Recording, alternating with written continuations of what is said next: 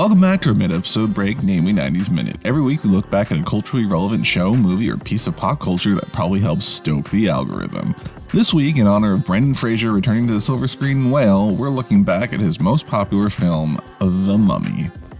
The Mummy is a 1999 action-adventure film starring Encino Man, Natasha's spy mom in Black Widow, the married gay man who doesn't die in 4 weddings and a funeral as her brother, and Zartan from G.I. Joe Rise of Cobra as the eponymous character for this film. Technically, this is a remake of the 1932 film of the same name, but just like the Tom Cruise version of this movie, the plots are completely different. The story starts in 1290 BC when High Priest Imhotep has an affair with the Pharaoh's mistress. The Pharaoh discovers the affair and is killed by them. Imhotep's lover kills herself as he flees, believing she can be revived by him, and later when he tries to resurrect her, he's stopped by the Pharaoh's personal guard, the Magi. They bury him alive with flesh-eating scarab beetles and lock him away in a sarcophagus, and the Magi swear to never let him return. Flash forward to 1923 AD, where the brother and sister duo have a map to Hamunaptra, where Imhotep is buried, which was stolen from American adventurer George of the Jungle. He makes a deal with them to bring them with him to Hamunaptra, where they discover the Book of the Dead, even though they were warned by the leader of the Magi to stay away. The twins from Constantine reads the Book of the Dead that night and accidentally revives Imhotep, who brings the 10 plagues back to Egypt while chasing down the adventurers. Rachel from About a Boy determines that if the Book of the Dead revived Imhotep, the Book of Amun-Ra can kill him again, so they travel back to Hamunaptra